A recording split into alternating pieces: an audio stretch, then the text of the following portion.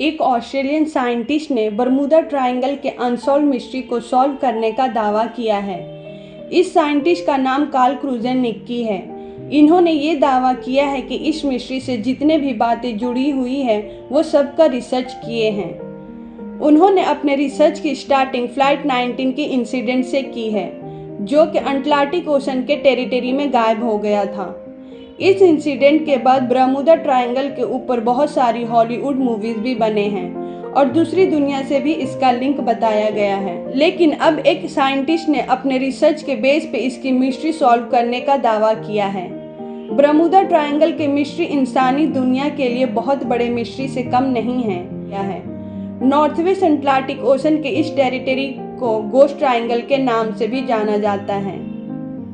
Atlantic ocean में 7 lakh square kilometre के reason में ये पूरा फैला हुआ है। इस रीजन में जितने भी शिप या प्लेन जाते हैं वो सभी गायब हो जाते हैं। इसी के वजह से ये बरमूडा ट्रायंगल ज़्यादा फेमस है। मिरर के एक रिपोर्ट के अकॉर्डिंग ऑस्ट्रेलियन साइंटिस्ट कार्ल क्रूजेनिक्की ने बताया है कि बरमूडा ट्रायंगल एक इक्वेटर लाइन के नज़दीक में है। 1945 में जो फ्लाइट 19 गायब हुई थी, उस टाइम से बरमूडा ट्रायंगल बदनाम हो गया था। क्रूजेनिक्की ने कहा है कि 15 दिसंबर 1945 के दिन अमेरिका के 5 TBM एवेंजर टोरपेडो फ्लाइट ने उड़ान की थी, जो कि अटलांटिक ओशन के ऊपर कंटिन्यू 2 घंटे के लिए ट्रेनिंग मिशन के लिए निकली थी। लेकिन कुछ टाइम होने के बाद रेडियो स्टेशन से कांटेक्ट खत्म होने के बाद पांचों फ्लाइट गायब हो गए थे। उन पे 14 क्रू मेंबर भी शामिल थे। उनका अभी तक कुछ पता नहीं चल पाया है। लेकिन ये भी दावा किया गया है कि उनको बचाने के लिए 13 क्रू मेंबर्स के साथ PBM मरीनर सी प्लेन भी भेजा गया था, लेकिन ये भी वहाँ से कभी लौट नहीं पाया। इसके बाद 1964 में फ्लाइट 19 के बारे में एक आर्टिकल लिखा गया था, जिसके वजह से बरमूडा ट्रायंगल को लेकर लोगों के मन में और डर पैदा हो गई। क्रूजेनिक्की ने फ्लाइट 19 को गायब होने के बारे में बहुत ही सिंपल एक्सप्लेन करने की कोशिश की है। उन्होंने बताया है कि उस टाइम समुद्र में 15 मीटर की ऊंची लहरें उठ रही थी, जो कि इस कंडीशन में किसी भी फ्लाइट को ऐसे टाइम पे उड़ना पॉसिबल नहीं है। इनका ये भी दावा है कि उस फ्लाइट में सिर्फ चार्ल्स टेलर ही एक अच्छे पायलट थे जो फ्लाइट को अच्छे से लीड कर रहे थे, और उस टाइम उनसे कुछ ऐसा मिस्टेक हो गया होगा जो ऐसा एक इंसिडेंट हो गया। रेडियो ट्रांसक्रिप्ट से मालूम होता है कि फ्लाइट 19 अपने पोजीशन को लेकर बहुत ही ज़्यादा कंफ्यूज में था।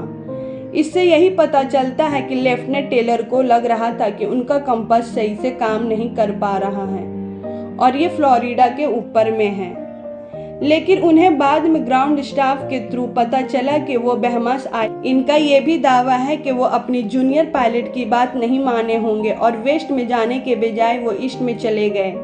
इसी तरह से वो अटलांटिक ओशन की साइड चले गए, जहाँ पे समुद्र की गहराई बहुत ज़्यादा थी और उस समुद्र की लहर के वजह से फ्लाइट उसके अंदर चली गई। इसकी गहराई की वजह से फ्लाइट या किसी भी इंसान की डेड बॉडी को ढूंढना वहाँ पे मुमकिन नहीं है, और जो हेल्प के लिए सी प्लेन भेजे गए थे वो भी धमाका होते हुए आसमान में देखा गया था। ये सब बातें क्रूजेनिक्की ने रिसर्च करने के बाद कही है। बरमूडा ट्रायंगल को लेकर पहले बहुत बातें कही गई है, लेकिन बरमूडा ट्रायंगल का मिस्ट्री हम इंसान के माइंड में इतना बैठ गया है कि 1977 में स्टीवन स्पीलबर्ग ने इस पे एक मूवी बना दी। इस मूवी में दिखाया गया है कि फ्लाइट 19 के सारे क्रू मेंबर को एलियन ने किडनैप कर लिया है। कुछ लोगों का कहना है कि मीथेन गैस के रिलीज होने के वजह से भी फ्लाइट गायब हो सकते हैं, जो जहाज को समुद्र की गहराइयों में खींच लेते हैं। लेकिन सच ये है कि दुनिया के लिए अभी तक ये एक मिस्ट्री बना हुआ है। किसी को अभी तक कुछ सॉलिड प्रूफ नहीं मिल पाया है कि आखिर जहाज गायब कैसे हो जाता है। दोस्तों, आपको ये वीडियो अच्छा लगे तो प्लीज़ लाइक और सब्सक्राइब जरूर कर दीजिएगा।